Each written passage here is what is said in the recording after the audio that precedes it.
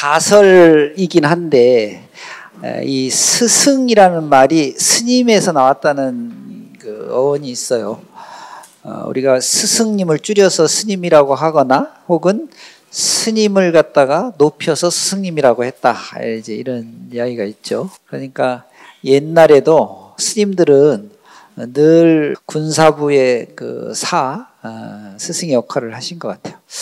근데 실제로 요즘은 이제 사회과학이나 이런 이제 여러 편시설들이 많이 발달해가지고 좀 덜한데, 예전에는 절이 정말 사람이 많이 모여 살지 않는 그 조그만 마을의 절은 여기가 마을 주민센터 역할도 하고 동사무소 역할도 하고 다 했대요. 뭐 동네 의료원 역할도 하고. 특히 동남아 쪽 이런 데 가보면 절에서 별걸 다 해요. 제가 얘기 한번 했던가 모르겠는데, 태국 같은데 우리가 그 태국 마사지 할 때 이 왓이라는 말을 되게 많이 쓰는데, 이 왓이 원래 절이라는 말이거든요. 배가 아파서 절에 오면 스님들이 배 아파 먹는 약을 지어준 게 아니라, 남자분은 남자 스님이, 여자분은 절에서 일하는 분들이 배를 이렇게 싹 쓰다듬어주고 그랬다. 그 낫다 그래? 신기하죠? 배가 아픈데 호랑이 연고를 배에다 막 바르면 낫고 그래. 그래서 옛날 태국 스리랑카 가면요, 이 절이 그렇게 모든 삶의 사회, 문화, 경제의 중심지 역할을 했었다고 그러잖아요. 그렇게 보면 스승이란 말이 스님들을 지칭했다는 건 너무 자연스러운 것 같아요. 어쨌건 뭐 내가 국어학자가 아니라서 정확하게는 모르겠지만 그런 썰이 있더라. 갑자기 스승의 은혜를 부르셔가지고, 한편으로는 고마운데 한편으로는 당연하다, 이런 얘기를 하죠. 여러분이 유인물 좀 받았습니까? 거기 몇 송까지 받았어요? 7송? 7송까지.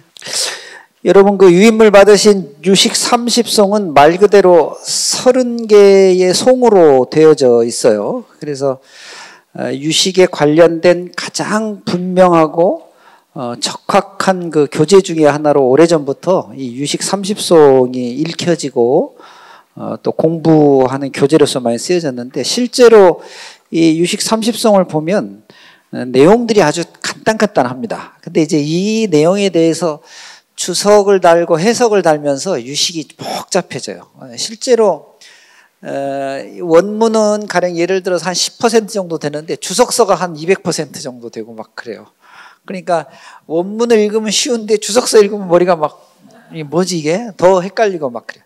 근데 왜 그랬냐 하면, 이 원문의 내용은 보편적이고 주석의 내용은 굉장히 주관적이에요. 이제 그런 걸 좀 감안해 가면서 제 얘기도 좀 주관적인 이야기가 많이 섞여 있으니까 잘 듣고 객관화 시킬 수 있는 그런 그 공부 시간이 좀 됐으면 좋겠습니다. 부처님 오신 날 때문에 한 주 쉬어가지고 지난 시간에 얘기했던 거 다 까먹었죠. 너무 자연스러운 일이라서 제가 특별히 반복하기는 좀 그렇고 조금 다른 측면에서 정리하는 측면에서 좀, 유식을 공부하니까 유식이라고 하는 그 불교의 이 사실은 교학적 주장이 성립된 것은 두 분의 스님을 꼭 기억하셔야 돼요. 무착이라는 스님이 계시고 세친이라는 스님이 계시죠. 두 분 다 인도 분이에요. 무착은 아상가라고 하는 분이고 세친은 바수반두라고 하는 인도 분이세요. 무착과 세친은 형제간이었다 그래요. 그런데 형제간인데 배다른 형제, 동복 형제가 아니라 이복 형제. 무착이라는 스님이 출가를 해가지고 용수가 주장했던 이제 대승의 중간에 교학적으로 여기에 쫙 집중해가지고 대승불교 공부를 열심히 하셨어요. 그런데 이때만 해도 이제 무착 스님하고 아상가 스님이 되게, 무착이 310년에 태어나신 분이거든요. 310년이니까 지금부터 약 1800년 전 분이에요. 되게 오래됐죠. 그래서 390년, 80세로 돌아가셨대요. 세친은 10살 어려요. 근데 그 세친 스님의 생물 연대가 조금 약간은 좀 부정확합니다. 전설적인 분이라서. 그런데 그냥 대강 여기도 10년 차이 났으니까 여기도 10년 차이로 하자 그래가지고 보통 이렇게 표기를 해요. 그래서 한 10년의 차이로 태어나시고 또 그 돌아가시고 그랬는데, 이 사실은 무착이라는 스님은 스승님이 계세요. 이 스승님이 불교에서 아주 문제적 인물 중에 한 분인 미륵이라고 하는 분이에요. 마이트리아라고 하는 분인데, 두 가지로 해석을 합니다. 이 미륵을 미륵보살로 보는 경향이 있어요. 우리 그 미래에 오시는 그 부처님 미륵보살로 규정하는 분들이 있고, 또 한 분은 실제로 이때 서기 300년대에 살다가 가신 아주 유명한 스님으로 이제 상정을 하기도 해요. 어떤 게 진짜냐? 미륵이라고 하는 분에 대한 그 전기가 매우 전설적이기 때문에 이제 특정할 수 없어요. 무착과 세치는 분명한 기록을 가지고 있어서 상관없는데, 이 미륵으로 올라가면 이분이 전설상의 인물인지 진짜 인물인지 잘 몰라요. 근데 이 미륵이라고 하는 분은 그 유명한 섭대승론 같은 육아사지론, 이런 그 논서들을 저술했다고 알려져 있어요. 이 저서들은 전부 다 유식에 관련된 중요한 저서들이기 때문에 뒤에 사람들이 쓴 것 같은데, 어쨌거나 어떤 권위를 갖기 위해서 미륵이라고 하는 분이 썼다. 그래서 이분에 대한 이야기가 뭐 많은데, 12년 동안 동굴에서 수행하시다가 하늘나라 올라가셔가지고 하늘나라 계셨는데, 아상가가 공부하다가 산매에 들어가고 하늘나라 쫓아가가지고 미륵한테, 그럼 이제 미륵보살님이 되는 거야. 도솔천 내원궁에 있는 미륵보살님이. 근데 실제로 무착이 이 현세 시대에 살면서 여러 스승들께 공부를 했는데, 그 중에 미륵이라고 하는 스님이 있더라, 이렇게 주장하는 분들도 있고, 뭐 우리가 좀 편안하게 좀 생각하시면 될 것 같아요. 이게 보면은 용수 있죠, 용수. 우리가 이제 대승불교의 그 시작점을 알린 대승불교 아버지라고 하는 용수. 용수는 용왕님한테 가서 경전을 받아갖고 와. 제가 꼭 물어봐야 돼요. 믿습니까? 믿거나 말거나. 그러니까 이런 분들에 대한 그 이야기 중에 실제적으로 이렇게 전설화된 것은 권위를 굉장히 높여주려고 하는 의도가 있어서 그래요. 그냥 어느 날 공부하다가 나온 게 아니라 정말로 분명하고 확고한 것이다. 그러니까 이런 전설들을 갖다 들을 때는 우리가 그걸 상징적으로 심볼릭하게 좀 이해하면 되는 거죠. 용수와 이 무착이라고 하는 미륵이라고 하는 분들이 대단히 중요한 주장과 부처님의 그 가르침에 대한 주석들을 한 분들이구나. 그래서 그 권위를 높이기 위해서 매우 전설적으로 얘기하는 것이죠. 우리 그 법정 어른 스님께서 나중에 이제 시간이 여러분들 말고 한 세 세대쯤 지나가서 한 100년, 200년쯤 되면 전설이 생길 수도 있어요. 옛날에 봉은사 계시면서 여기 조계사인데 불교신문사에 주필 하실 때 배 타고 왔다 갔다 하셨는데, 나중에는 휙 뛰어넘고 가지고 이렇게 될 수도 있어. 그게 사실이냐 아니냐가 중요한 게 아니라 이 어른의 행적을 높여주기 위해서 그런 거니까 그렇게 좀 이해하시면 좋아요. 어쨌든 이 무착이라고 하는 스님께서 미륵이라고 하는 분에게 사사를 받아가지고 아까도 얘기했던 섭대승론이라고 하는 논서를 쓰셔요. 이게 이제 섭대승론은 그 유명한 그 유식이라고 하는 학문 전체에 아주 기초가 되고 기반이 되는 그런 게 논서가 됩니다.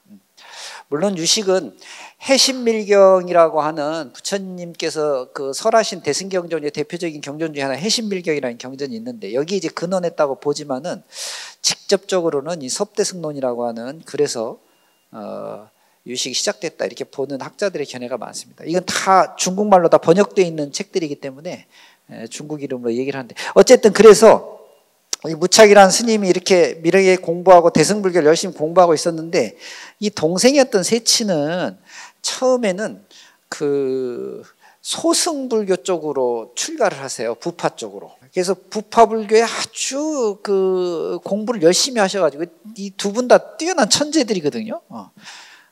여러분 제가 뭐 말씀드렸는지 모르겠습니다만은, 역대로 부처님 이후로 쭉 수많은 2500년 동안의 스님들 중에 보살이라고 하는 명칭을 붙여놓은 분들이 몇 명 안 돼요. 권위적으로 보면 5분이 계신다 이렇게 얘기하는 분들도 있고, 어떤 분은 11분 정도 계신다 했고, 뭐 이게 이제 인원수는 좀 다른데, 이 보살이라는 이름이 붙을 정도, 그러니까 용수 스님 이렇게 부르지 않고 용수 보살 이렇게 부르는 거예요. 그것도 아까 마찬가지로 권위를 굉장히 높이는 것이죠.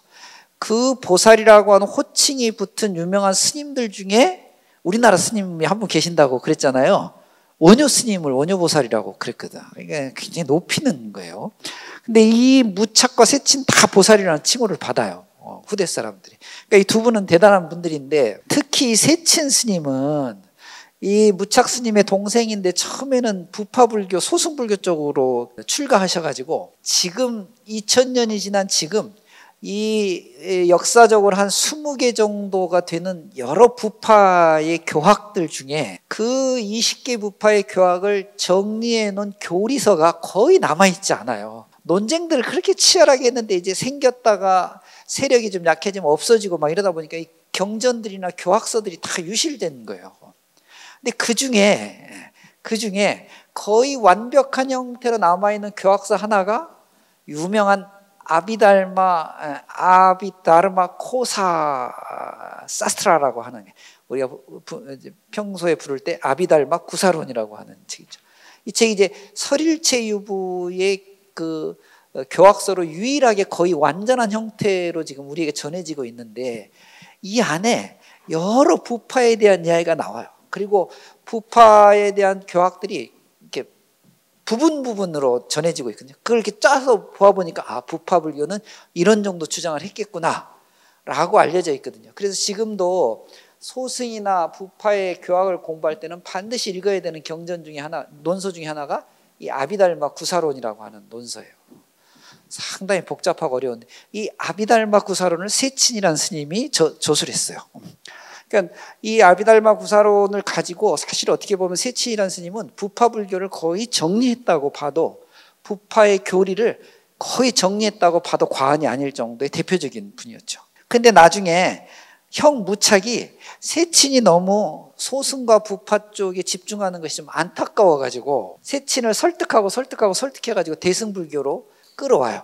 이 중간에 이야기가 재밌어요. 이 고집을 부려갖고 안 넘어오려고 그러는데 무착이 이복 동생인데도 형제가 좀 좋았나 봐요.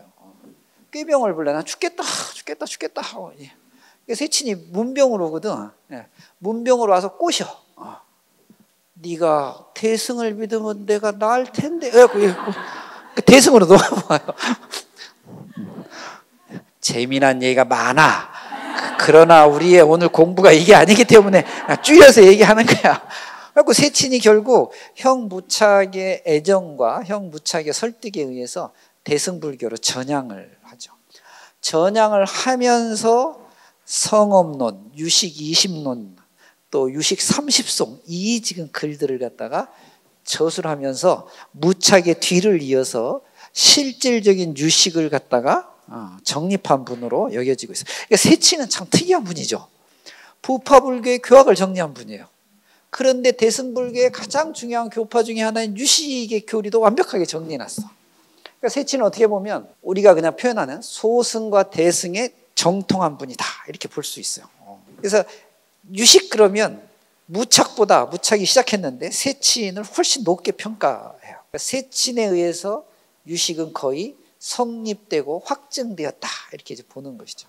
실제로 이 세친의 제자들이 굉장히 많이 이제 인도에 그 당시에 많이 이제 등장하는데, 그 중에 이제 안해, 호법, 진나 같은 스님들인데, 이분들이 나중에 유식을 갖다가 두 개로 나눠요.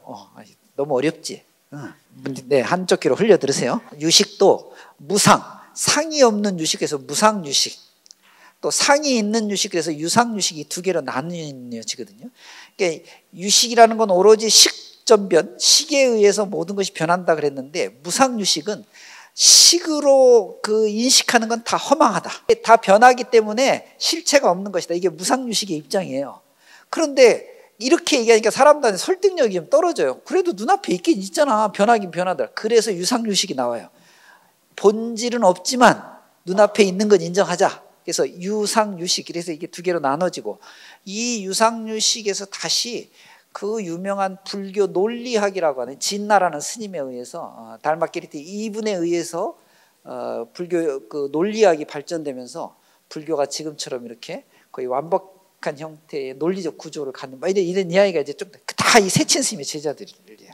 이 세친 스님은 불교의 교학사상 매우 중요한 인물이고 사실 이분의 교학을 제대로 이해한다고 하면 불교를 거의 다 이해했다고 봐도 과언이 아니게 된 것이죠. 이 중에 이 안내 호법, 그러니까 안내라고 하는 스님이 무상유식의 대표적인 그 제자고 유상유식을 주장했던 분이 호법이라고 하는 스님이신데 이 호법 스님의 해석을 중국으로 갖고 온 분이 현장 스님이세요.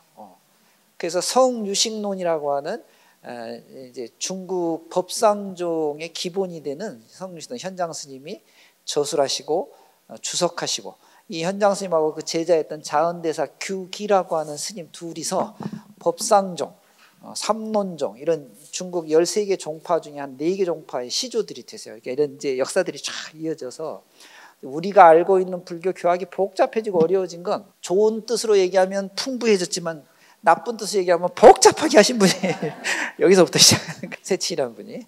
그래서 이 세친이 저술한 유식 30송을 가지고 우리가 공부를 좀 하는 것이니까요. 이건 이제 그냥 상식으로 이렇게 좀 몰라도 돼요. 이런 건 뭐 알아도 된다고 해도 기억 못 하실 건 내가 다 알게요.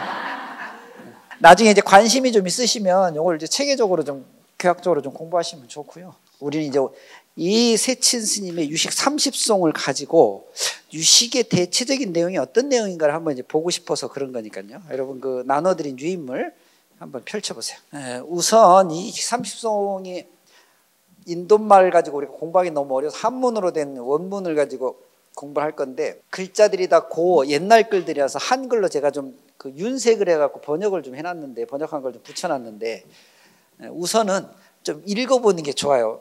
왜 그러냐면 이게 자꾸 눈에 익어야 공부하기가 좋거든요. 그래서 한문 한번 같이 따라서 한번 읽어보고 한글 같이 한번 번역 한번 읽어보고 설명을 한번 해보도록 그렇게 하겠습니다. 읽을 때 띄어쓰기를 잘해서 읽으시면 나중에 해석하기가 좋아요. 제가 한번 읽어볼게요. 보세요. 유, 가설, 법, 종종상, 전, 의, 식소변, 능변, 유삼이라 이렇게 읽으면 좋아요. 이렇게 끊어서 그러면 이제 번역하기가 좋은 것이죠. 자, 여러분 같이 한번 한문 한번 읽어보겠습니다. 이거 어려운 글이라서 자꾸 읽어보셔야 돼요. 같이 읽어보겠습니다. 유, 가설, 법, 종종상, 전, 의, 식소변, 능변, 유삼이라. 한글 번역을 같이 읽어볼까요? 아와 법을 가설함으로써 여러 현상계가 변화하는 것이다. 저것은 식에 의해 변하는 것이고 이 변화는 오직 3가지에 의해서다. 이렇게 지금 번역을 해놨어요. 제가 직역을 한번 해볼게요. 유자는 이유, 말미암아서 이런 뜻이에요. 그 뒤에 가설이라고 하는 건 여러분 설은 설해졌다, 이야기한다. 이 앞에 가짜가 붙어가지고 이 가짜가 무슨 가짜예요? 가짜야. 진짜가 아닌 가짜. 가짜를 뒤집어서 얘기하면 짜가라 그러대. 같은 말인 것 같긴 해요. 근데 이 가짜를 우리는 거짓 가짜로 그 한문 해석하는데 이 문장에서는 그렇게 이야기하기보다는 이 가짜는요 조건의 의미로 이해하면 좋아요. 그러니까 가설이라는 말은 이렇게 설해진 것은 전제가 되는 것이다. 이렇게 이야기하는 전제가 있다. 이것은 전제로서 이야기하는 것이다. 이렇게 해석하면 되게 좋은 것이죠. 그게 뭐죠? 법. 그러니까 아와 법이라고 하는 것을 전제해서 이야기하겠다는 거예요. 여러분 유식에서는요 현상을 갖다가 그냥 우리의 마음이 종을 만들어내고 등을 만들어내고 나무를 만들어내고 이렇게 시작하지 않고 이 문장의 첫 문장을 가설합법 아와 법을 전제하면서 이야기하겠다. 다시 말하면 아는 뭐죠? 나라는 말이야. 법은 뭐예요? 여기서 말하는 법은 진리라고 하는 의미가 아니라 현상이라는 의미예요. 우리 바깥에 있는 현상. 불교에서 이 법법자가 쓰여지면 두 가지 의미로 해석한다 그랬죠. 하나는 진리, 부처님의 말씀 가르침을 법이라고 해석하기도 하고, 이 법이 문장에서 해석할 때 부처님의 진리가 아닌 건 현상계를 의미하는 거예요. 법계 이런 거 얘기하는 거예요. 그러니까 아와 법이라고 하는 건 뭐죠? 아는 나, 법은 나 이외의 것. 이걸 조금 이제 좀 수준 높게 윤리적 철학적으로 바꿔서 얘기하면, 말은 내가 이렇게 그럴싸하게 하는데 별것 아니야. 이걸 좀 철학적 윤리로 얘기하면 아는 주관, 법은 객관, 이렇게 얘기하는 거예요. 그러니까 유식을 설명하면서 첫 문장에다가 뭐라고 얘기하셨냐면, 세상은 주관과 객관을 설정해 놓고 이야기하겠다, 이거예요. 그러니까 지금 유식에서 이야기하고자 하는 것은 이 현상 세계를 어떻게 볼 것인가, 가설로 본다는 거야. 가설로. 여러분과 내가 어떻게 지금 조건이냐면 가설로, 존재하는 것으로 여기고 이야기하겠다. 여러분, 제가 여러분들한테 강의할 때는 지금 남전 스님이 지금 강의 중이다 이렇게 되잖아요. 근데 2시간이 지나고 나는 내 갈 길을 가고 여러분들 갈 길을 가면 어떻게 되는 거야? 강의를 듣는 순간에 현상이 사라져 버리죠. 이 현상은 어떻게 남아 있어요? 기억으로 남아 있어요. 근데 여기서 되게 중요한 게 하나 있잖아요. 기억은 현상을 전부 다 읽어낼 수 없어요. 사람마다 다 차이가 있어요. 첫째, 나처럼 머리가 나쁜 사람은 기억을 못해. 진짜 얘기가 아니라 내가 여러분들한테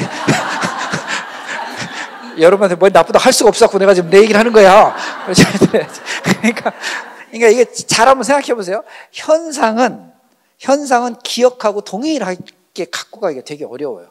현상은 지금 일어나는 일이니까 순간적으로 다 알아요. 제가 얘기하면 여러분 알아들으시기도 하고, 제가 얘기하면 아 그렇구나, 거기가 어떻게. 근데 이 문제는 이 현상 세계가 없어지고 난 다음 현상이 아니라 순전히 기억되는 건데, 이놈의 기억이 여러분 그 핸드폰인가 여기에 그 녹음 저장 이런 형태가 아닌 이상은요 온전하게 기억하기가 힘들다. 더군다나 이게 사람마다 차이가 있네. 어떤 사람은 거의 완벽하게 기억해내는 사람이 있고, 어떤 사람들은 뭔 말했지? 미륵보살이 진짜냐 가짜냐 이런 얘기만 이제 기억하고 그러는 거죠. 그러니까 이런 차이들 때문에 유식은 전제하는 거예요. 나라는 세계, 객관의 세계가 있다라고 가정하면서 지금부터 이야기를 꾸려가겠다는 거죠. 이게 참, 이 가설이란 말이 그래서 공부하다 보면 참 재밌는 말이에요. 가설. 건물을 지을 때 여러분, 건물을 바로 짓지 않습니다. 건물을 짓기 위해서 토대를 만드는데 그 토대는 나중에 어떻게 해요? 다 떼내버려요. 그 가설했다 그래. 실제로 이야기한 게 아니라 뭔가를 만들 때도 가설을 해야 돼요. 그래야 이게 집이 온전하게 만들어지니까. 그러니까 우리가 지금 유식에서 지금 주장하고자 하는, 또 얘기하고자 하는 우리의 현상 세계는 가설되게 나와 객관의 세계가 있다라고 생각하면서 얘기를 해야 된다는 거예요. 우리의 바깥에 있는 세계가 진짜 세계라고 전제하지 않아요. 내 생각이 진짜다 이렇게 전제하지 않고, 나라는 주관과 세상이라는 객관을 가설해 놓고 이 두 가지를 세워 놓고 이제 유식을 설명하겠다, 이런 뜻이죠. 제가 보기엔 이 첫 문장은 말로서 생각으로서 진리 세계를 파지할 수 없기 때문에 어떻게 보면 세친 스님이 너무 명확한 전제, 출발선을 다 그려놓은 거예요.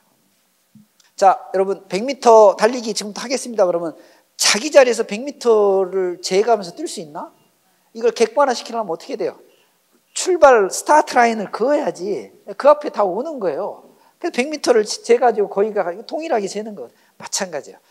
나와 여러분들의 지금 세계관이 다 달라. 나는 머리가 나쁘고 여러분 머리가 좋잖아요. 다 달라. 그런데 가설은 동일하다 이렇게 보고 하는 거예요. 못 알아듣는 것 같지만 하여튼 이렇게 얘기를 해봅시다. 그래서 가설, 그러니까 나와 법, 그러니까 주관과 객관을 전제하면서 이야기를 하겠는데, 이 나와, 그러니까 주관과 객관이 전제되었기 때문에 이 종종상이라는 것은요 가지가지의 모습이에요. 이걸 이제 좀 수준 있게 얘기하면 삼라만상이라고 해요. 그러니까 세계의 모든 모습은 종종상, 각 갖가지 모습이 있는데, 유 앞에 갖가지 종종상이 있는데 이 갖가지 상이 이 전자가 무슨 전자?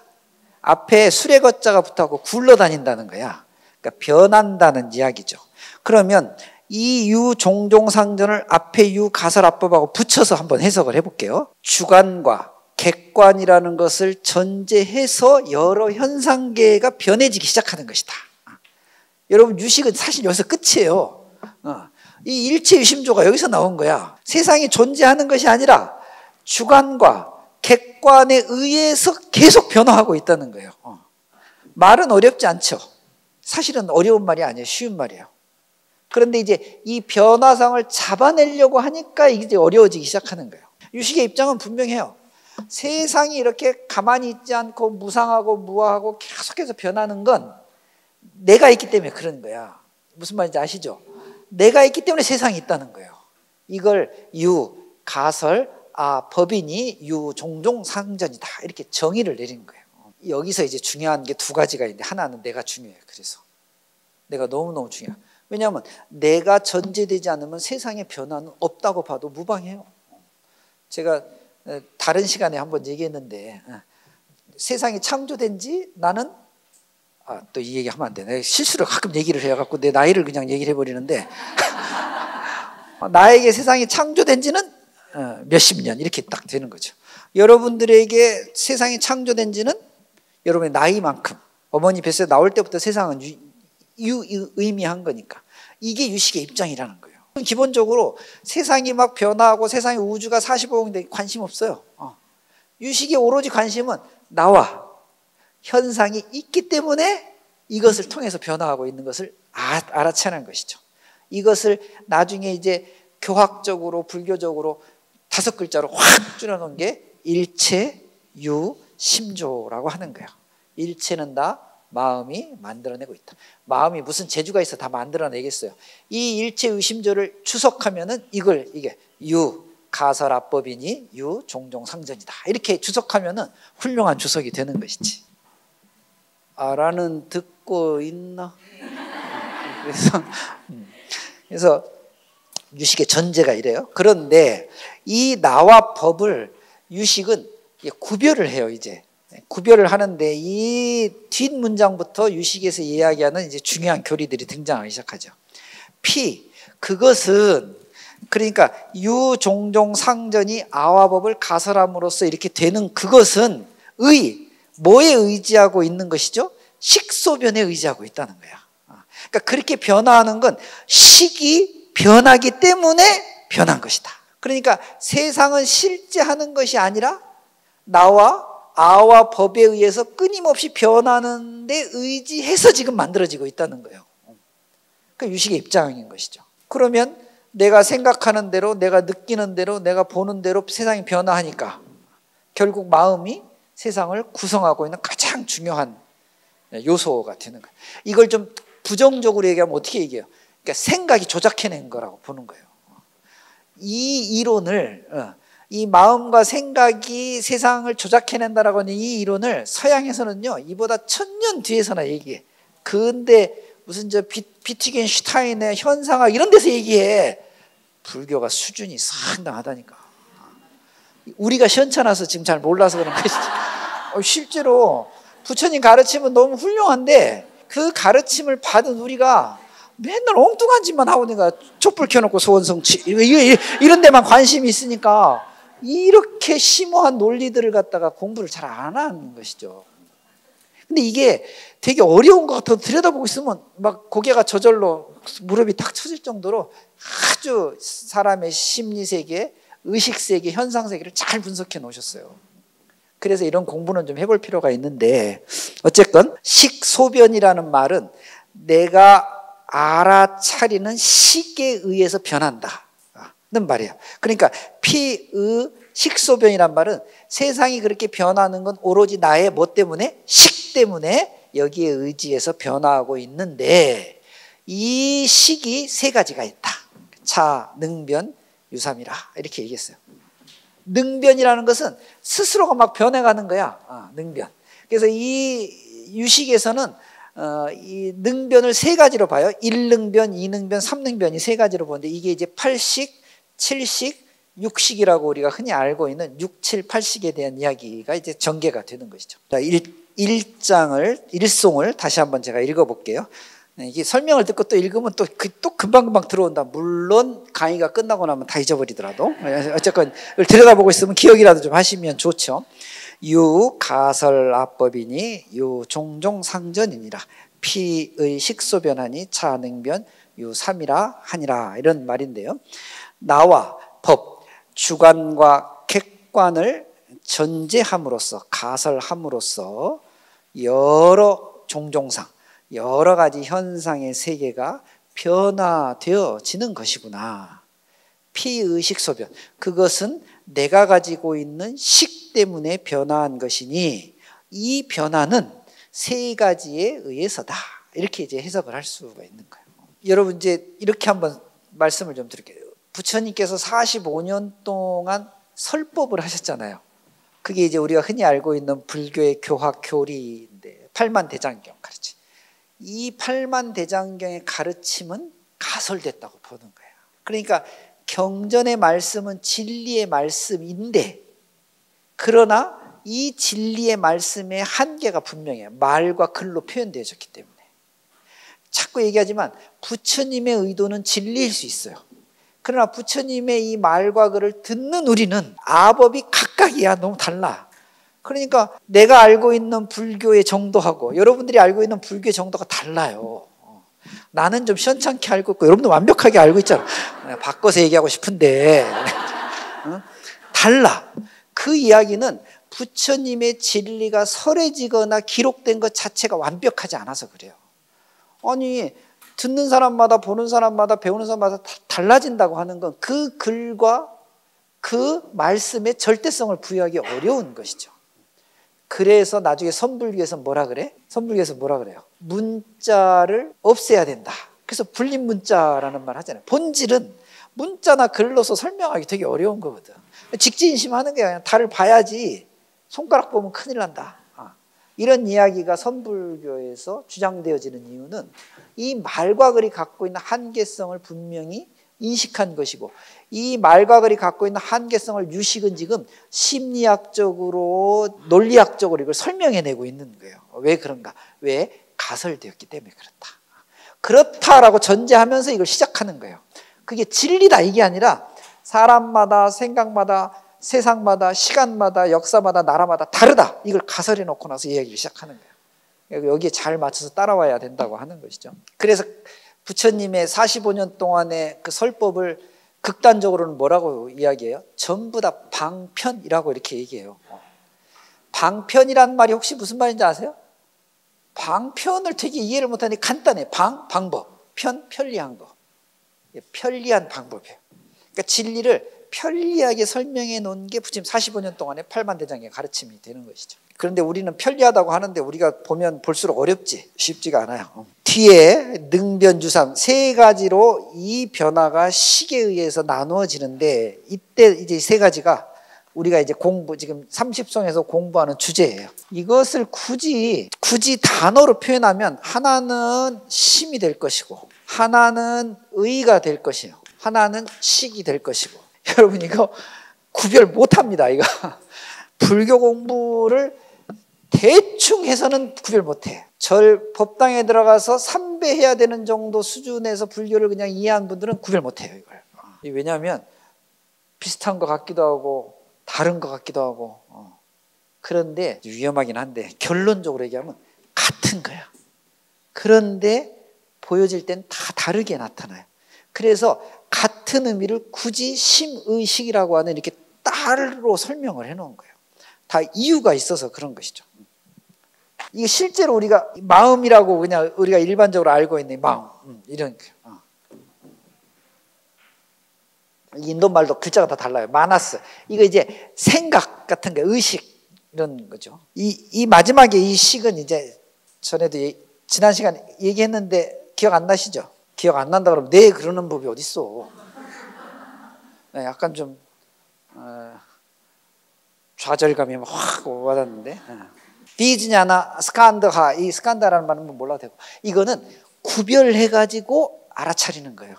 분별식이야, 분별식. 그러니까 여러분, 우리가 흔히 반야신계도 많이 나오죠. 안, 이, 비, 설, 신, 의 할 때 이 의자가 한문으로는 이렇게 쓰는데 정확하게는 이식을 이야기하는 거예요.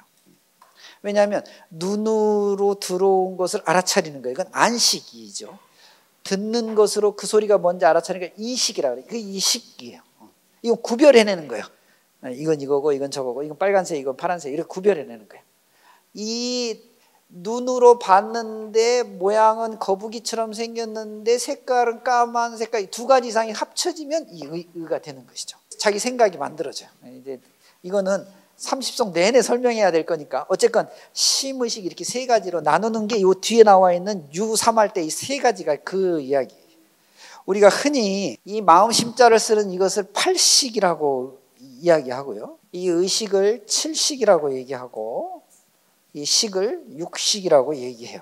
이것 말고도 식이 또 있어. 눈과 귀와 코와 혀와 몸, 이걸 나는 안, 이, 비, 설, 신이라고 하는 5가지의 식이 육식으로 보내져 가지고 판단하기 전이라 그래 가지고 이걸 우리가 흔히 전오식이라고 해요.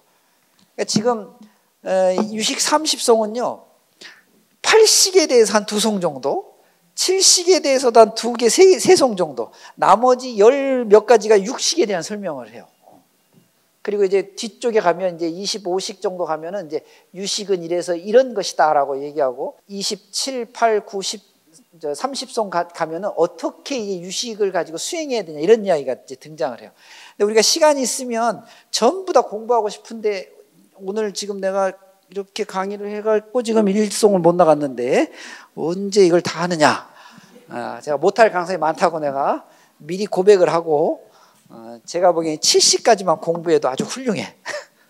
이 육식도 조금 공부는 하겠는데 이 육식은요 안입이 설신이가 느끼는 이 식의 종류가 51가지가 있어. 이 51가지를 전부 다 하나씩 안에 설명해요. 뒤에 가면. 너무 이게 복잡해 어려워. 여기까지 전까지만 설명해도 여러분들이 조금 유식에 이제 흥미를 가지시면 내가 유식 공부를 더 해봐야 되겠다. 그럼 이제 더 하세요. 이번 그 교리 시간에 이걸 다 배울 수는 없고, 그리고 다 배워서도 안 돼. 내가 2년 넘게 배운 걸 여러분들은 3시간 만에 배우려고 그러면 바깥에 말씀들 표현을 좀 빌리자면 그 도둑님 심보지. 앞으로 이제 7식 이야기할 때 얘기할 건데 의지가 생기면, 의의가 생기면, 의욕이 생기면 공부하려고 합니다. 우리의 식작용이 저 7식은 애착 때문에 생기는데 내가 이걸 하고 싶다, 이 싶다의 욕구가 생기기 시작하는데 이 욕구를 나중에 이제 8식 같은 데 설명하면서 7식의 욕구를 어떻게 매우 순수하고 매우 바르게 끌어당겨요. 그러면 이제 욕구가 원력으로 바뀌는, 이게 이제 수행의 관점이에요. 유식은 이걸 지금 강조하기 위해서 지금 이 이야기들을 하고 있는 거예요. 그러니까 무슨 육식이 뭐고 칠식이 뭐고 팔식 이런 게 중요한 게 아니라 결론 삼아 얘기하면 내가 가지고 있는 안입이 설신이로 만들어진 이 욕구의 식을 저 칠식을 계속해서 단련을 시켜요. 똑바로 해, 바르게 봐야 돼, 잘해야 돼 하면서 맑은 순수한 팔식으로 끌어내는 것을, 그 과정을 수행이라고 하고, 이 팔식의 단계에 딱 가면 이제 세상을 바라보는 관점, 관계를 설정하는 게 매우 순수해지는 것이지. 그러면 이제 보살, 여기는 아라한이라는 표현이 나오는데 아라한이 되는 거예요. 그러니까 여러분들이 물론 저는 기대는 안 합니다. 여러분 아라한까지는 내가 보기엔 좀 어렵지만 아라한의 전 단계 정도까지, 아니 이거 아는 것만 해도 대단히 그렇게 갈 수 있으면 좋겠습니다. 알았습니까?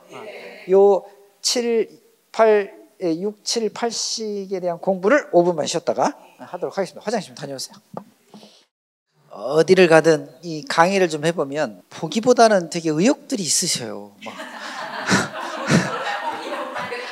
막 공부를 하려고 하고 막 참 되게 훌륭하시다. 그런데 조금 시간이 지나면 되게 어려운 게 하나 있어요. 여러분들 제가 좀 심하게 얘기해도 다음 주에 나올 분들이기 때문에 그냥 가설해서 얘기하자면 어설프게 알고 있어서 너무 어려워요. 이게 명확한 게 알거나 아니면 처음이다 이렇게 생각하면 참 좋은데, 여러분들이 이미 절에 그냥 몇 개월이든 몇 년이든 다니셨기 때문에 법문 듣고 그동안 공부하고 이런 것들이 안에 분명히 있긴 있는데, 이 아는 것을 바탕으로 해가지고 지금 공부하는 내용들을 자꾸 이해하려고 하면 이게 좀 어려워집니다. 그래서 강의를 들을 때는 제가 그래서 교재를 따로 선택하지 않은 이유도 백지에서 시작하는 게 좋다. 아니면 아주 완벽하게 이해해야 되는데 두 번째는 내가 보기엔 좀 어려운 것 같으니까 시작을 백지에서 한다고 생각하고, 제가 이제 유식에 대해서 이야기하면 그 하나도 모른다 이렇게 해갖고 이렇게 시작하시면 좋을 것 같아요. 그 전에 알고 있었던 걸 가지고 자꾸 이걸 재단하면 되게 어렵죠. 특히 여러분, 우리가 이제 이게 숫자로 이렇게 만들어서 그런지 모르겠지만 그런 영향이 있겠지만, 6식 다음에 7식인 것 같고 7식 다음에 8식인 것 같은 느낌이 있는 거야. 근데 그렇지 않습니다. 지금 좀 전에 얘기했던 심, 의, 식이 하나이자 세 개의 양태이듯이 6, 7, 8식은 하나인 것이 세 가지 형태로 나온 거예요. 그래서 유삼 세 가지다 이렇게 분석을 해놓은 것이죠. 그러니까 여러분들은 이렇게 보면 세 가지를 다 가지고 있는 변화무쌍한 존재들을. 근데 이 세 가지를 능수능란하게 쓸 줄 알면 보살, 중생들한테 다가갈 때는 8식으로 다가가는 게 아니라 철저하게 6식으로 다가가가지고 7식으로 잘 끌어올린 다음에 이걸 정화시켜가지고 가자 8식으로. 이게 보살. 근데 이제 여러분들은 세 개를 다 가지고 있는데 8식이 지금 뭔지 거의 지금 잘 모르는 상태예요. 7식인지 뭔지 욕심인지 이걸 지금 구별을 못 해가지고 중생단에 다가갈 때 지 생각으로만 다가가는 거죠. 절에 가면 꼭 그런 분들이 있어요. 그 기도 못 써. 내가 하라는 거 해. 라든가. 절을 그렇게 하면 되나? 이렇게 해야지. 라든가. 이렇게 할 수도 있고 저렇게 할 수도 있고, 신체 구조가 잘 안 되면 그렇게 그 구조에 맞춰 따라가면 되는 거지. 그걸 잘했다, 못했다 이렇게 얘기하는 것은 조금 문제예요.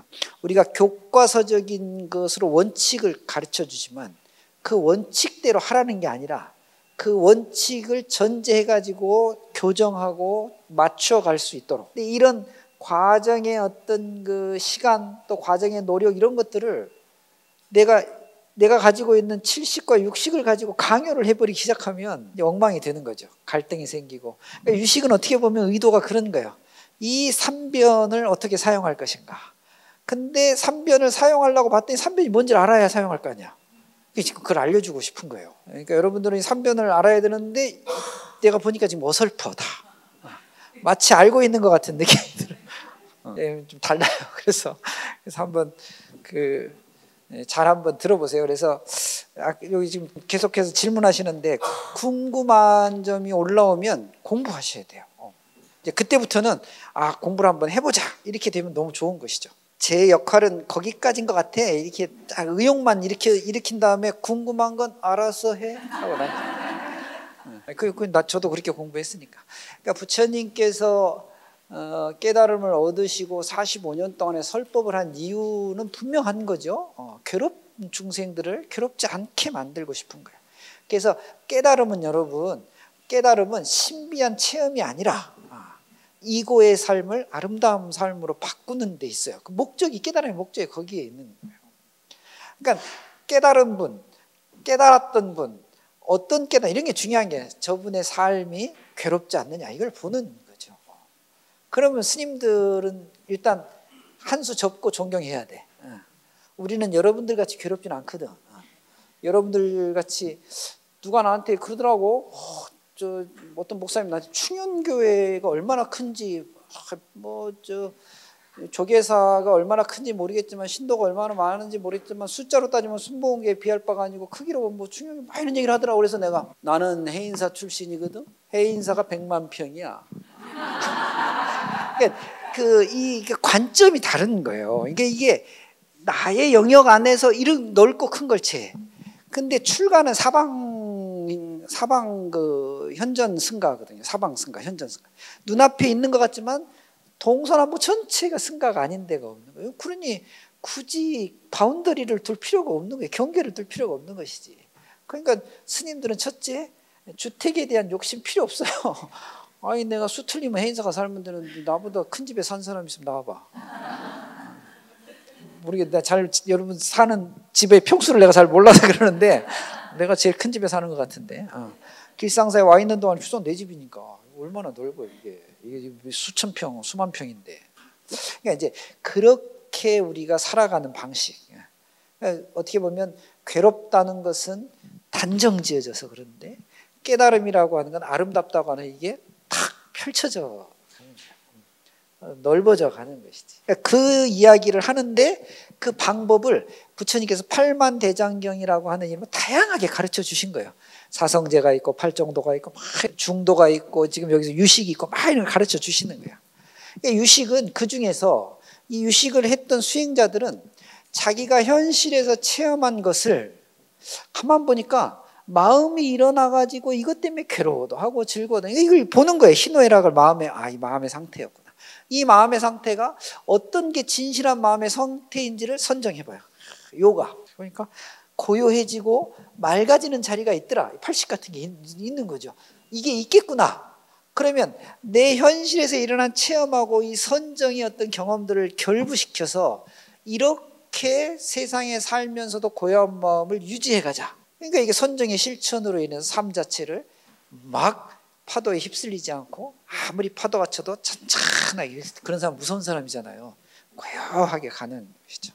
늘 잔잔하시고 늘 고요하시고, 그러나 벼락같이 사자우를 내려야 될 때는 분명하게 내리고, 이런 것들이 분명해지는, 그렇게 이제 육아행자, 유식행자들은 공부를 했던 것이죠.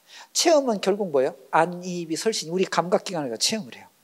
근데 이 체험이 조건에 따라서 어쩔 땐 이랬다가 어쩔 땐 저렇구나. 제가 보니까 부처님 오신 날 전에 내 체험으로 봐서는 형편없더니 오늘은 괜찮아. 이게 달라지는 거예요. 그러니까 나와 대상이, 아와 법이 동일함에도 불구하고 인연 조건에 의해서 달라져 있어요. 사실은 부처님 오신 날 전에는 제가 1시간만 강의하고 휙 도망가 버렸잖아요. 사실은 되게 일이 있으니까 마음이 급해져가지고 얘기를 제대로 했는지도 모르겠고, 이게 별로 마음이 편치가 않았는데 오늘은 할 일이 없어 뒤에. 그래서 여유가 있는 거예요. 그러니까 이런 나의 안입이 설신이의 체험이 그때그때 상황의 조건에 따라 달라져. 그러면 여러분 한번 생각해 보세요. 같은 몸과 같은 마음이 새로운 것을 경험하는 것이냐? 이런 전제가 하나 있고, 또 하나는 경험으로 인해서 몸과 마음이 새로워지는 것이다. 어떤 것 같아요?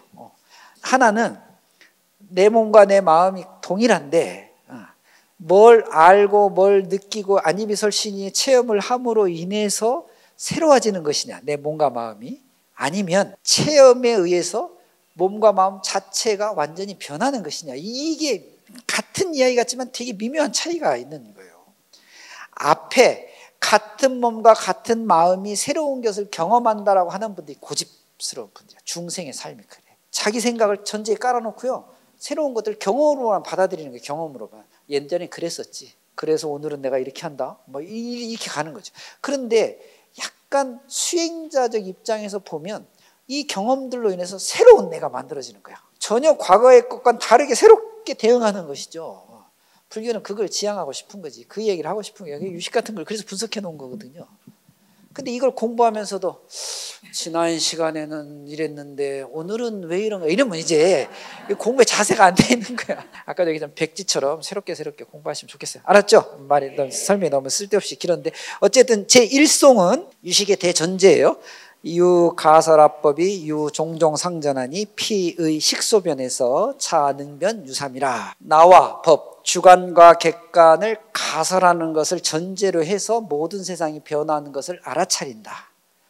나의 식소변에 의해서 저것들이 변화하고 있는데 이 식소변이 결국은 세 가지로 나타난다더라. 그래서 이송 넘겨보세요. 이 세 가지에 대한 설명이 이송부터 있어요. 이것도 저를 따라서 제가 한번 읽어볼 테니까 잘 띄어쓰기 잘 해가면서 한번 읽어보겠습니다. 위, 이숙, 사량, 급, 요별경, 식, 초, 아래야 식, 이숙, 일체, 종, 이렇게 읽어요. 한번 같이 읽어보겠습니다. 위, 이숙, 사량, 급, 요별, 경식, 초, 아래야식, 이숙, 일체, 종 이렇게 읽습니다. 그 밑에 한번 번역을 같이 읽어볼까요? 세 가지는 이숙과 사량과 요별, 경식이다. 처음은 아래야식이며 이숙이며 일체, 종자식이다. 이렇게 얘기하는 거예요. 이 송의 맨 앞에 있는 위라는 말은 코멘트 한 거예요. 이 앞에서 이야기한 유삼이라고 하는 것은 이 위, 말하자면 이런 뜻이에요. 말하자면 세 가지가 어떻게 되어 있냐면 앞에 유삼이라고 하는 세 가지는 첫째는 이숙이에요. 둘째는 사량이에요. 셋째는 요별, 경식이에요. 다시 말하면 이숙이라는 말에 식자가 빠져 있어요. 이숙식. 그 다음에 사량이란 말도 식자가 빠져 있어요. 사량식. 그리고 요별, 경식. 이렇게 세 가지인 거예요. 앞에 유삼이라고 하는 세 가지는 우리의 마음 상태 세 가지는 이숙식, 사량식, 요별, 경식의 삼식 세 가지 식을 말하는 것이에요. 그 중에 이제 첫 번째가 아레아식. 이 아레아식을 이숙이라고도 하고 일체 종식이라고도 한다. 이게 첫 문장이에요. 여러분 이숙이라는 말은 이 이자는 무슨 이자예요? 한문 다르다 하는 뜻이에요. 다르다. 숙자는 익었다 이런 표현이에요. 그러면 이숙이라는 말은 무슨 말이에요? 다르게 익었다 이런 표현이네. 다시 말하면 이걸 조금 의역하면 다른 것들이 들어와 가지고 여기서 익혀진 거예요. 이 이숙식을 팔식이라고 해요. 팔식의 다른 말이에요. 이숙. 자꾸 이게 설명을 하면 길어서 시간이 없는데 그런데 또 설명을 안 하려니까 좀 서운하고. 여러분 이숙이라는 말을 가만히 들어보면 다르게 이겼다는 말이 무슨 말인가? 여러분 인과응보라는 말 아세요? 인과응보? 그런 것도 알아? 인과응보라는 말이 무슨 말이에요? 어떤 원인을 지으면 그 결과가 마땅히 오는 거예요. 그걸 인과응보라 그래요. 그러니까 어떤 행위를 하면 그 행위에 대한 대가가 과보로서 당연히 오는 것. 이게 중간에 응자, 마땅할 응자를 써가지고 인과는 응보, 반드시 과보를 받는다. 이렇게 이제 해석을 하거든요. 인과응보를 여러분들이 알아요, 몰라요? 모르면 인과응보라고 말할 수 없어요. 알기 때문에 내가 거짓말해서 아유 오늘 잘못됐구나. 이걸 알아야 이걸 인과응보라고 하는 거죠. 그러니까 인과응보는 철저하게 전제가 내가 한 일을 내가 아는 것이에요. 이거 이제 인과응보라고 그래요. 유식에서 이야기하는 인과응보는 이렇게 얘기해요. 내가 행위를 하면 그것이 이제 업이라고 하는데 이게 종자가 돼가지고 그게 이제 씨앗이 돼가지고 이렇게 저장이 되는 거야. 내 의식 속에 깊은 심연 속에 저장이 돼요. 그래서 이 저장된 것이 시간과 조건과 여러 가지 관계가 딱 맞닥뜨려지면 이게 싹을 틔운다는 거예요. 그래서 행위한 결과가 잠겨 있다가 때가 되면 올라와. 싹이 돼서 이게 탁 나. 그걸 과보라고 표현해요. 유식에서 실제 그 설명을 그렇게 하고 있거든요. 그러니까 여러분들은 우리가 이제 장점은 또 그거야. 머리가 나빠가지고 잊어버리는 게 장점이긴 하지만 단점은 뭐예요? 그게 자기가 한 일인지 기억이 안 되기 때문에 억울해한다. 좋은 쪽으로 보면 몰라. 자기가 한지 몰라. 그러니까 모르고 막 살아. 그러다가 뭔가 큰 결과가 오잖아요. 그러면 그때부터 억울해. 내가 전생에 무슨 죄를 지었길래 실제로 전생에 죄를 지어서 그래요. 그러니까 이게 지은 것이 잠겨져 있다가 때가 되면 나타나는 거예요. 이걸 불교에서는 인과응보라 그래서 알아야 된다고 여러분한테 얘기하고 있는 거야. 그런데 불교를 잘 모르고 공부를 잘 안 하고 수행을 잘 안 하는 사람들은 모르는 거지. 그러니까 모르니까 어떻게 해요? 억울해해요. 제가 절에서 많은 분들하고 뭐 이야기를 하면서 그 조금 상황이 좀 좋지 않은 분들은 항상 저한테 하는 말이 억울합니다, 스님. 그 얘기를 듣고 있는 나도 억울해. 내가 왜 이 얘기를 듣고 있어야 되는지 모르겠는데. 여러분 그래서 아무도 본 사람이 없어요. 아무도 본 사람이 없는데 잘못을 저질렀어. 그럼 뭐가 생겨요? 이게 무서워서 이게 죄책감이라는 게 생긴다. 죄책감이. 그러니까 죄책감이라는 건 뭐예요? 기본적으로 자기가 자기에 대한 행위를 갖다가 아는 거예요. 그래서 어떻게 해요? 자기 처벌을 해요. 어떻게? 가책해요. 에이, 그러지 말았어야지. 이 가책한 것이 잘못되면 어떻게 되죠? 되게 안 좋게 가면 혼자 술 먹는다. 내가 왜 그랬을까?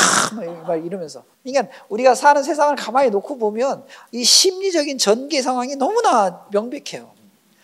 내가 뭐 유식한 취하는 게 아니라 서양의 프로이드 같은 사람은 이 자책에 대해서 이야기를 해놓은 게 있어요. 그러니까 아무도 모르게 자기가 잘못을 했지만 다른 사람은 몰라도 자기는 아는 거야. 그러니까 이 동양에도 그런 말 있잖아요. 천하를 속여도 나를 속이긴 어려운 것이죠. 프로이트는 악행을 저지른 사람은 공동 집단에서 축출해야 된다고 주장했던 사람 중에 하나예요. 악행을 하면. 그러니까 양심이 있는 사람들만 생존시키는, 그래야 사회가 정화되고 깨끗해진다고 봤거든. 그래서 서양의 근대 문명은 이 착한 선하고 양식 있는 사람들이 모여 사는 사회 질서를 만들어요. 이게 법이에요. 법은 그렇게 만드는 거예요. 잘못되면 처벌받는다 이렇게 만드는 거야. 그러니까 처벌이 무서우니까 어떻게 해요? 잘못을 저지르지 않지. 지금 우리가 살고 있는 세계가 그래요. 이게 되게 서양의 근대적 관점에서 이걸 만들어낸 제도인 것이죠. 이게 그냥 법학자들에서 만들어진 게 아니라 저 심리 상태, 심리학에서 다 나온 거라니까. 심리학이라는 건 나중에 만들어진 학문이니까 이런 의식의 문제를 가지고 얘기하는 거예요. 이게 종교적으로는 어떻게 돼요? 종교적으로는 남들이 나를 알아주건 공동체에서 법을 지키건 안 지키건 자기가 가지고 있는 자기의 가책은 이게 벗어날 수가 없어. 그래서 뭘 해야 돼요? 종교는 그래서 회개하고 참회해야 되는 거야. 그러니까 이 양심의 문제의 가책 때문에 이 양심이 제대로 존재하기가 어렵거든요. 가책 때문에. 이게 가책을 없애야 양심이 살아날 수 있거든. 그래서 불교는 이걸 또 구분해갖고 이참해요. 뭘 공부해야 되는지를 쫙 얘기를 해. 그 다음에 이 이참을 가지고 생각만으로 안 된다. 실제로 해야 돼. 사참을 해요. 절도 하고 경정도 읽고 제가 잘못했으니까 다음부터는 절대로 안 하겠습니다. 이렇게 자기 발언도 하고. 그러니까 이 이참과 사참을 통해서 우리가 참회라고 하는 것을 하는 거죠. 그러면 이제 조금 전제가 잘못했지만 여전히 존재해 갈 수 있는 거예요. 그러니까 여러분들이 지금 한 3일 동안 참여한 적이 없다. 굉장히 큰 문제를 갖고 있는 사람들이. 이 공동 집단에서 프로이트에 의하면 살아날 수 없어.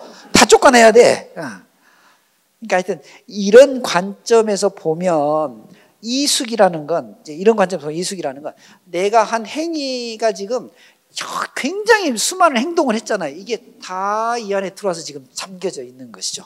익숙해졌네. 그 상태를 팔식의 상태의 잠재의식. 이 잠재의식이란 말 나중에 칠식에서 훨씬 더 많이 쓰는데 이 의식이 우리가 알아차리지 못하게 우리한테 내려서, 그래서 이 의식 앞에다가 없을 무자를 써가지고 무의식이라고 하는 거예요. 이건 평상시에 잘 몰라요. 이걸 제대로 알려면 육식과 칠식을 제대로 공부해갖고 이제 알아차리는 것이죠.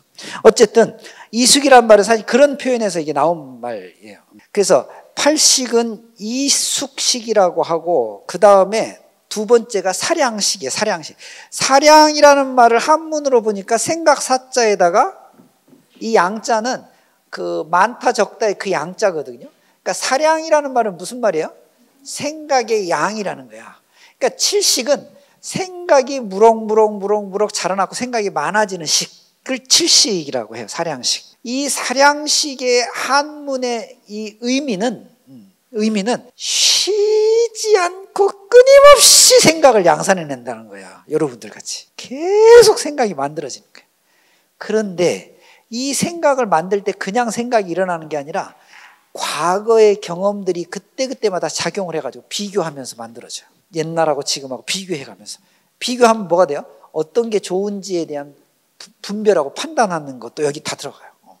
그러니까 계산되어지는 생각들이 막 만들어지기 시작하는 거야.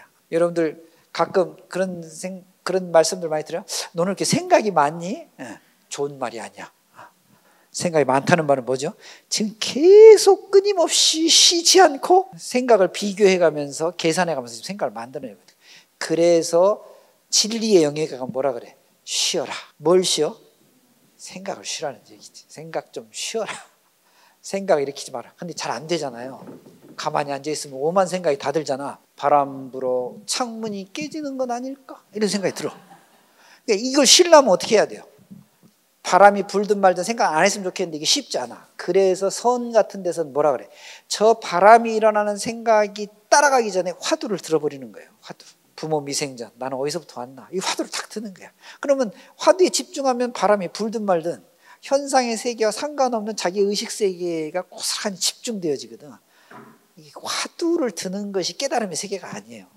화두의 세계는 사량식을 조절하기 위한 방편의 공부지. 어쨌든 그래서 사량이란 말은 끊임없이 생각해내는데 이 사량식의 대상이 있어요. 그게 뭐죠? 나예요, 나. 그러니까 이 칠식은요, 나에 대한 생각을 계속해서 만들어내요. 깊게, 끊임없이 만들어내. 끊어지지 않아. 저는 이게 꼭 나쁘다고만 볼 수 없어요. 능력으로 보면 대단한 능력이 되는 거야. 끊임없이 생각을 해낼 수 있으니까 생각의 양을 갖다 키우는 것을 생각하면 대단한 거죠. 그런데 이 생각이 기본적으로 자기의 본능에 이익하고 접합이 되니까 이게 탐욕으로 가버려요. 그러니까 지금 이 지점에서 탐욕으로만 가는 것을 컨트롤하면 엄청난 자기 능력이 만들어지는 거예요. 자기에 대한 생각이 깊어져. 근데 이 깊어지고 끊어지지 않은 자기의 생각, 자기의 이익에 결부되고 가면 어떻게 돼요? 탐욕이 된다니까. 아닌 척하고 있네. 전부 다 지금 자기 자신의 이익, 이 에너지가 거기에 갖다가 붙여져. 근데 그 욕심이 아닌 그 만들어진 에너지를 내 옆에 있는 사람들한테도 좀 써볼까? 이러면 이타심이 생기는 거죠. 보다 공공의 퍼블릭한 영역에서 어떻게 하면 좀 더 잘 살 수 있을까? 이러면 이제 훌륭한 정치인 같은 게 되는 거예요. 우리가 알고 있는 위인들 중에요, 정치, 경제 이 위인들은요, 철저하게 이 욕구가 어떻게 발달된 분들이야? 자기를 위해서가 아닌 세상을 위해서 펼쳤던 사람들이죠. 그러니까 이 칠식은요, 굉장히 중요한 시기예요. 이건 잘만 하면 대단한 능력과 대단한 그 위력을 발휘할 수 있는 그런 근본 에너지가 되는 것이죠. 그런데 여기에 탐, 진, 치가 붙어버리면 어떻게 돼? 엉망이 되네. 그래서 삼독심, 탐진치를 끊자 이렇게 자꾸 주장하는 거예요. 이 교리가 그냥 막 추상적으로 나온 게 아니라니까. 분석해 보니까 찾지 잘못해서 이게 붙어버리면 큰일 나게 생겼거든. 탐은 안 되겠네. 진심도 안 되겠다.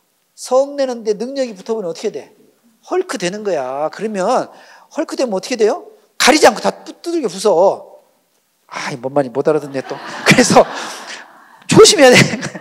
어리석음이 여기 붙어버리면 어떻게 되는 거예요? 정말 어리석게 되는 거예요. 자기 자신만을 알고 세상이 어떻게 변해가는지 아무 생각이 없이 꼰대 되는 거예요. 조심합시다 우리. 남자분이 눈앞에 확 보여서. 그러니까 그런 것들이죠. 그러니까 이 사량식이라고 하는 것은 잘 이해하면 너무너무 위대한 능력을 갖출 수 있는데, 대부분의 중생이 자기 생존의 근본적인 성질이 늘 갖추어져 있기 때문에 여기에 붙어버린다니까. 이걸 떼어내려면 수행해야 돼요. 그래서 칠식은 수행의 영역이에요. 이 사량식은 생각이 많아지는 게 나쁜 게 아니라니까.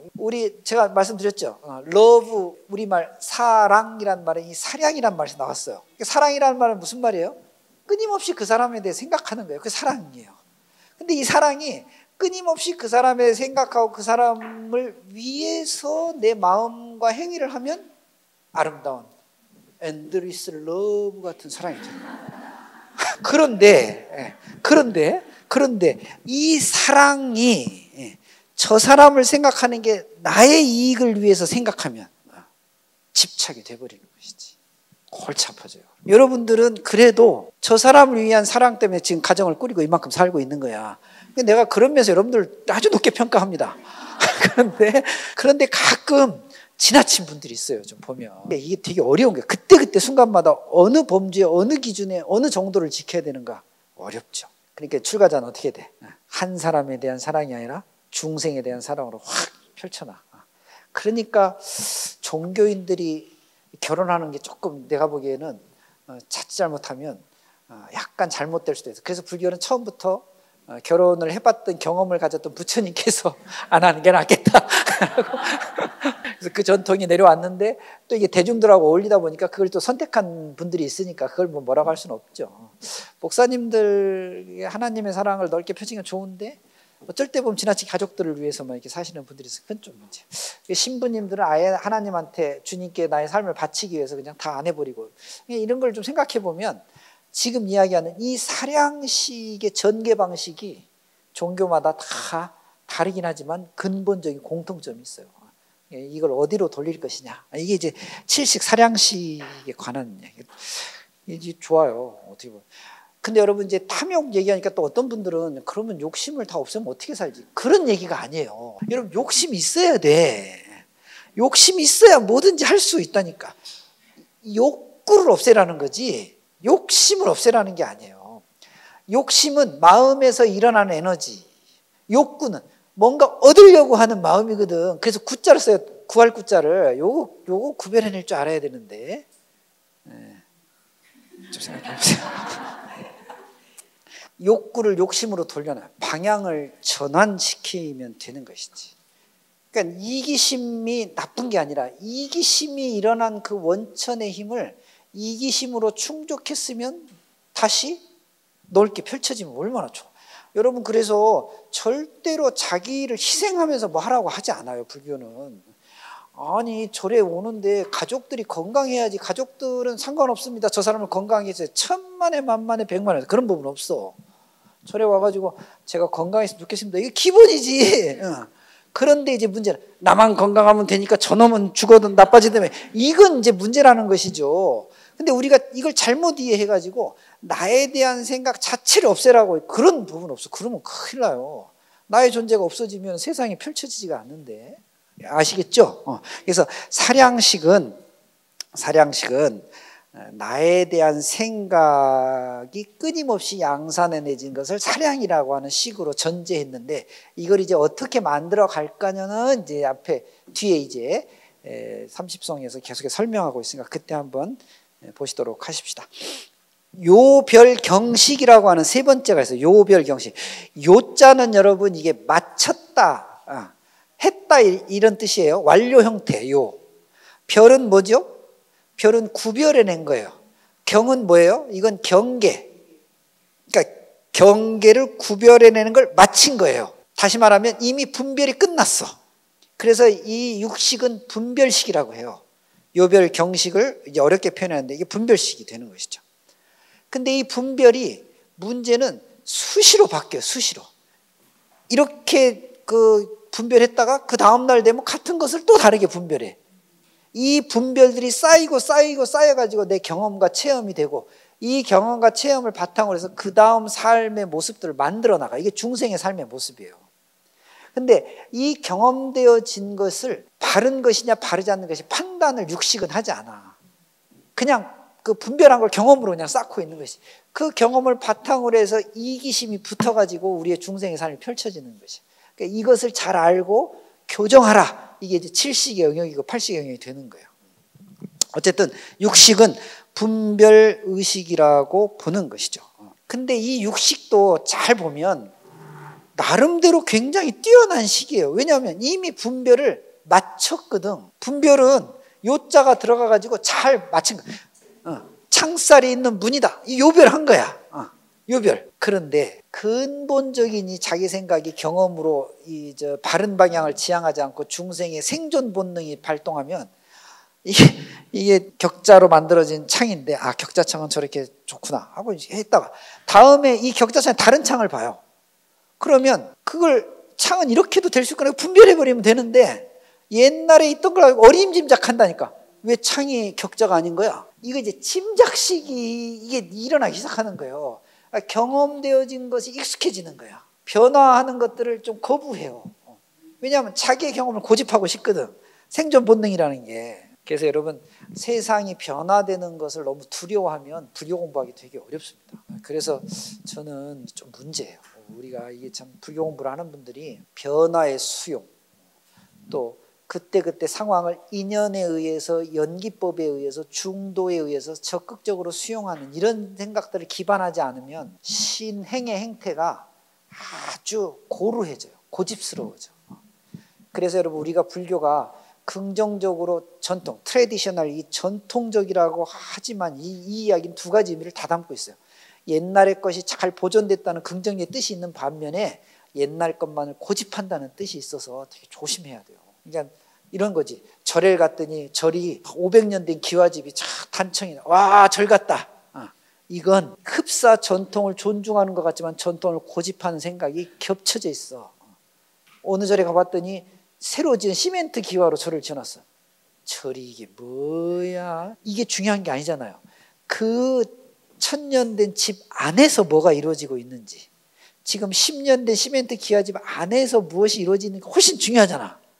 근데 그걸 보지 않고 모습을 보고 판단해버리면 이제 고집불통이 되는 거예요. 근데 의외로 불자들이 그런 분들이 많으세요. 그러니까 한문 경전 읽다가 한글 경전 읽으면 한문으로 합시다. 한글로 할 수도 있는 것이지. 아이들이 막 법당에서 뛰어놀아요. 그럼 어른들이 가만히 있어. 애들은 절대로 가만히 있지 않습니다. 애들은 뛰어다니는 게 본성인데, 좋은 불자는 뛰어다니든지 말든지 스님 말씀에 귀를 기울이면 되는데, 얼마나 집중이 안 되면 스님 말씀에 귀를 기울이자고 뛰어다니는 애한테 집중을 해가지고 걔를 야단쳐. 야단치면 스님 법문하다가 저기서 야단치는 소리가 들리면 스님도 집중이 깨져버리네. 여러분, 제가 지금 설명한 것이 되게 사실은 이게 상당히 심각한 거예요. 진리를 살고 진리가 행해질 때 거기에 집중하면 되거든요. 아까도 얘기했지만은 바람이 불어갖고 위리가 깨지는 거 그거 그냥 화두를 딱 들면 거기에 집중하게 된다니까. 법문이 되게 중요하다고 생각하고 거기에 집중하면 돼요. 바깥에 뭐 비행기가 날아다니든 뭐가 되든 무슨 상관이야, 이거 집중하면 되는데. 그런데 집중 안 하고 막 이것저것 보면서 건성건성 들으니까 안입이 설신이 들어오는 것들이 훨씬 크게 들어오는 거예요. 법문은 귀로만 들어오는데 눈으로 보고 촉감으로 느껴 막 이러니까 여러 가지 감각들이 뭉쳐져 갖고 귀로 듣는 거 훨씬 크게 작용을 해. 그런 분들 의외로 많다니까. 제발 법당에 뛰어내. 애 좀 패지 마. 놔둬. 애는 돌아다니든지 말든지 스님 말씀에 귀를 기울이시면 돼요. 알았죠? 그러니까 요별경이라고 하는 것은 이미 잘 분별을 잘 해놨는데 이걸 자기 짐작으로 그냥 또 경험을 이상하게 꺼내가지고 하니까 이게 문제인 것이지, 식은 분명한 거예요. 이숙식, 사량식, 요별경식, 이 세 가지 식이 나눠져 있다. 근데 이게 왜 어떻게 일그러졌는지 한번 이제 보기 시작하는 거죠. 그래서 이 세 가지 식 중에 처음이 뭐라고? 아레아식. 여기서부터가 이제 8식에 대한 설명을 하는 거예요. 이 유식 30종의 구조는요, 여러분 8식을 먼저 얘기해요. 그 다음에 7식을 얘기해요. 그 다음에 6식을 얘기해요. 이게 제일 중요하니까 먼저 꺼냈어요. 이게 그 다음으로 중요해요. 6식은 그 다음에 중요해. 그런데 우리가 살면서 실제로 심소라 그러는데 마음작용이 일어나는 게 어떤 게 제일 커? 6식이 제일 커요. 그래서 이게 양이 제일 많아. 양이 제일 많고요. 그 다음이 7식이에요. 7식은 덜 많아. 8식은 거의 무의식의 수준이고 우리가 평상시에 잘 모르기 때문에 이건 적어요. 그러니까 지금 유식 30종에서 첫 초자를 써가지고 첫 식에 대해서 8식부터 설명하고 있어요. 여러분, 8식은 유식에서는 우리가 여기를 지향해야 되는 거예요. 8식을 지향해야 돼요. 8식을 지향하는 사람들은 8식에 머물러 있는 사람들을 아라한이라 그래요. 아라한. 유식에서는 그렇게 표현하고 있어요. 아라한. 그러니까 여러분들이 지금 아라한이 아닌 이유는 8식 몰라서 그러는 거지. 오늘 중요한 시간이야. 유식에서 이걸 알면 아라한의 머리 끝에 대머리 잠깐 볼 수 있어요. 이렇게 스님들 머리 끝을 이렇게 볼 수 있는 거야. 아, 절로 가야 되겠구나. 그래서 처음은 아레아식이다. 아레아라는 말 여러분 많이 들어보셨죠? 아레아. 이 아레아식은 인도말이잖아요. 알라야 이렇게 표현하는데, 이 아레아식에 대한 설명에 대해서 인도말로 설명하는 건 제가 보기에는 그렇게 썩 도움이 되지 않아요. 왜냐하면 인도말은 아레아를 되게 복잡하게 설명해 놓고 있어요. 한 3가지 경우를 설명해 놔서 이건 여러분 아직은 제가 보기엔 이제 깊숙이 공부할 단계는 아니니까 아레아식이라고 하는 개념만 일단 알아두세요. 8식을 뭐라고 한다? 아레아식이라고 한다. 이 아레아식을 설명하는 식이 그 뒤에 2가지가 나와요. 하나가 뭐예요? 이숙식이라고 설명하고, 또 하나가 일체종이라고 하는데, 이 종자식, 자식이란 말이 지금 생략되어 있는 거죠. 일체종자식이에요. 그러니까 8식의 이제 이름을 우선은 이제 기억해 두는 거예요. 8식은 뭐라고 한다? 아레아식. 8식은 또 뭐라고 한다? 이숙식. 8식을 또 뭐라고 지칭해요? 일체종자식. 이 세 가지 이름으로 불려지고 있다는 것을 알아두시고, 여기는 지금 그것을 지금 언급해 놓은 거예요. 그래서 팔식을 설명하는데 이숙식은 좀 전에 설명했으니까 일체 종자식이 여기 등장을 했어요. 종자. 종자는 아까도 얘기했지만은 행위를 한 그 결과가 씨앗의 형태, 종자의 형태로 있는 거예요. 그러니까 우리는 지금 1살 때부터 태어나가지고 지금까지 수많은 행위를 했는데 그 행위가 지금 다 어떻게 돼 있어? 종자로 저장이 되어 있어요. 근데 금생에 이것이 조건과 인연이 맞아갖고 싹을 틔울 수도 있고요, 틔우지 않을 수도 있어요. 틔우지 않는 것들은 어떻게 돼요? 다음 생에 나타날 수도 있어.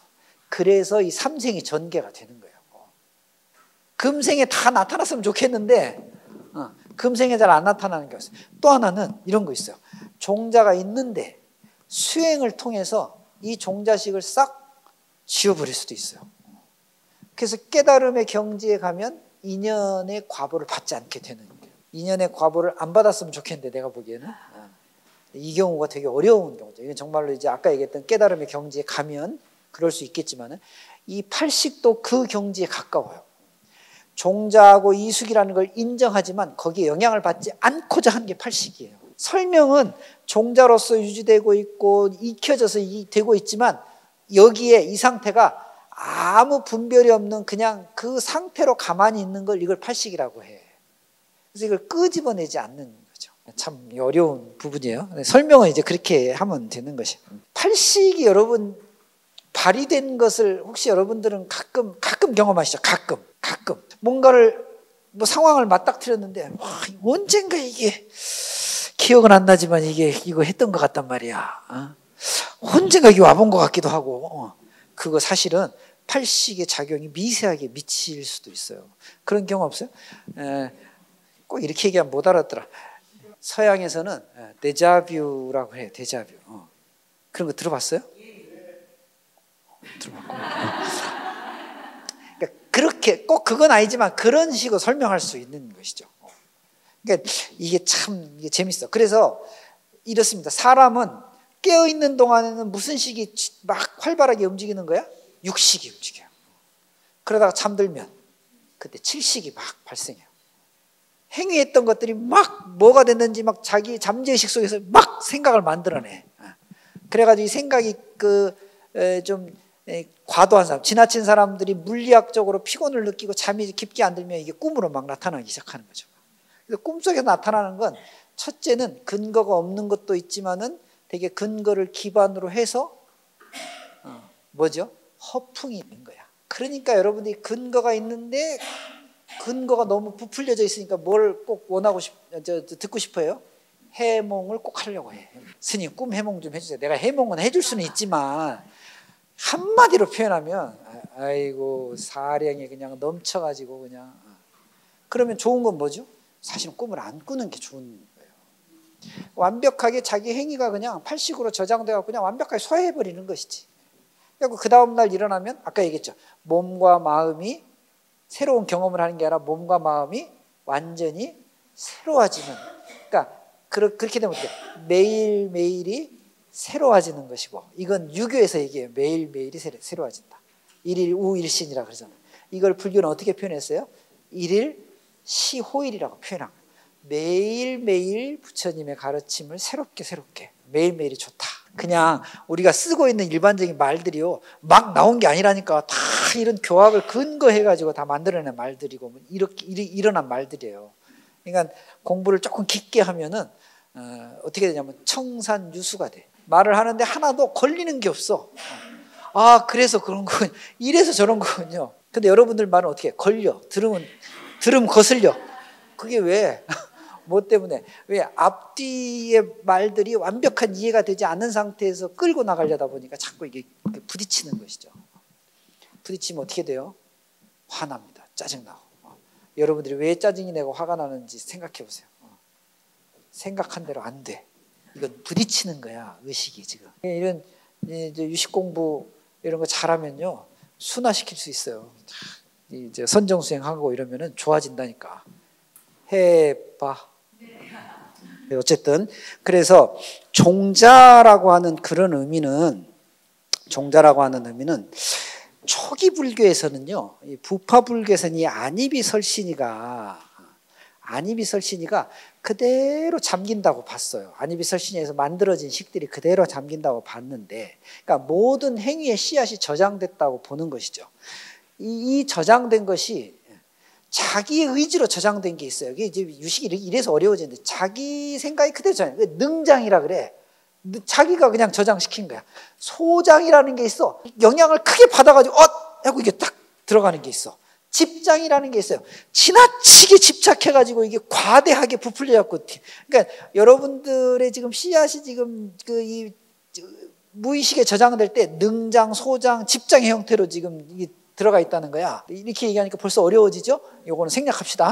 하여튼 그런 형태로, 그러니까 안이비설신이 중에 내가 스스로 행한 행위들의 영역, 바깥의 외부 영향을 받아갖고 만들어진 행위 영역.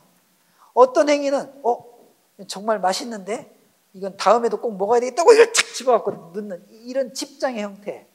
그러니까 의식이 복잡해지는 거죠.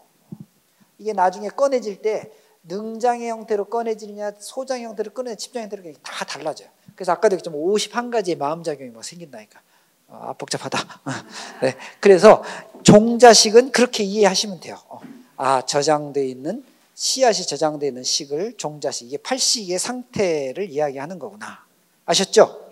삼송으로 넘어가 보겠습니다. 삼송은 말 그대로 팔식에 대한 내용을 설명하고, 그 다음에 사송도 팔식에 대한 내용을 설명하는 거예요.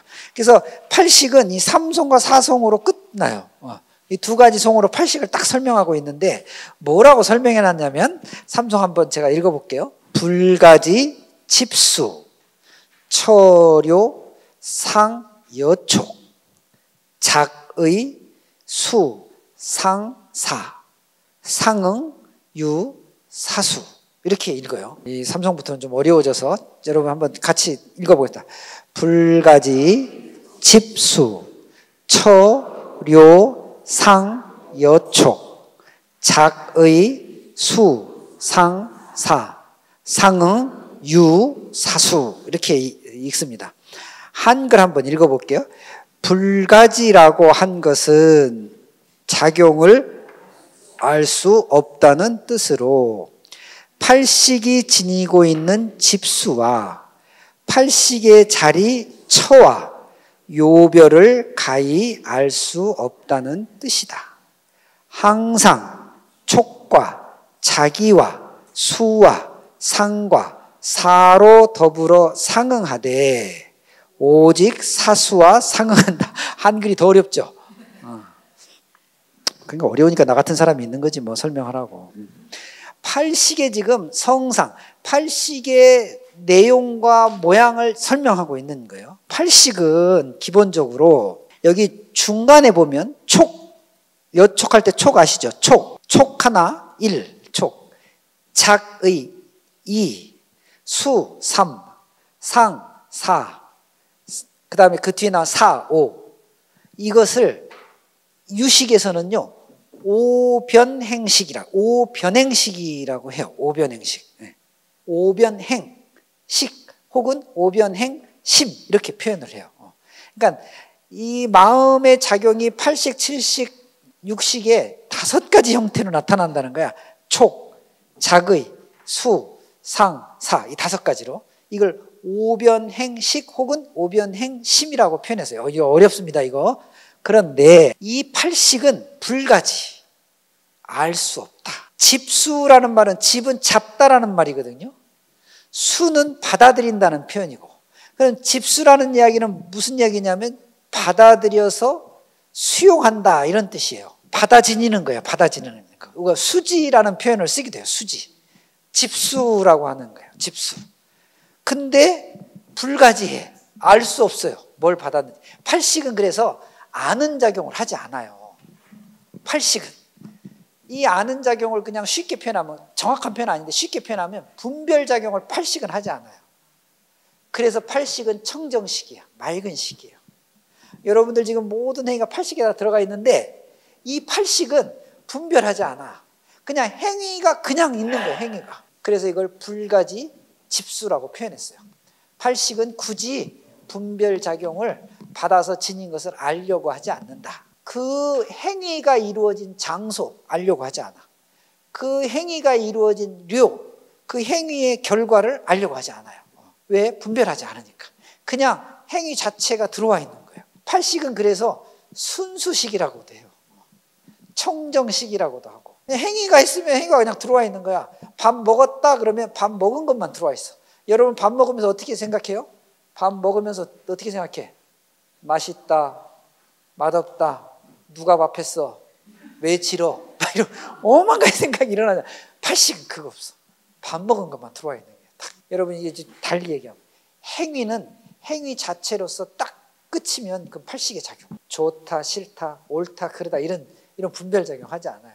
이걸 불가지, 집수, 처료라고 했어요. 5가지 형태로 일어나요. 촉, 자의, 수, 상, 식, 사 이렇게 5가지로. 저의 오늘의 목표는 4손까지가 목표였는데 교무 스님이 자꾸 왔다 갔다 하시니 그만하라는 이야기 같아서 그만하겠습니다. 그래서 내가 이게 참, 그러니까 이것도 제 습인 것 같아. 이게 내 단점 중에 하나가 좀 간결하게 얘기해야 되는데 쓸데없는 얘기를 내가 많이 해가지고. 그런데 강의를 하면서 여러분들을 지켜보면 쓸데있는 이야기를 해갖고 하나도 못 알아듣는 것 같고 쓸데없는 이야기를 조금 해야 좀 알아듣는 것 같아서 그렇긴 합니다만, 어쨌든 미리 말씀드립니다만은 우리가 다 배우지 못한다 하더라도 배운 것만큼을 기반으로 해가지고 공부 더 열심히 하세요. 아셨죠? 다음 시간에 뵙도록 합시다.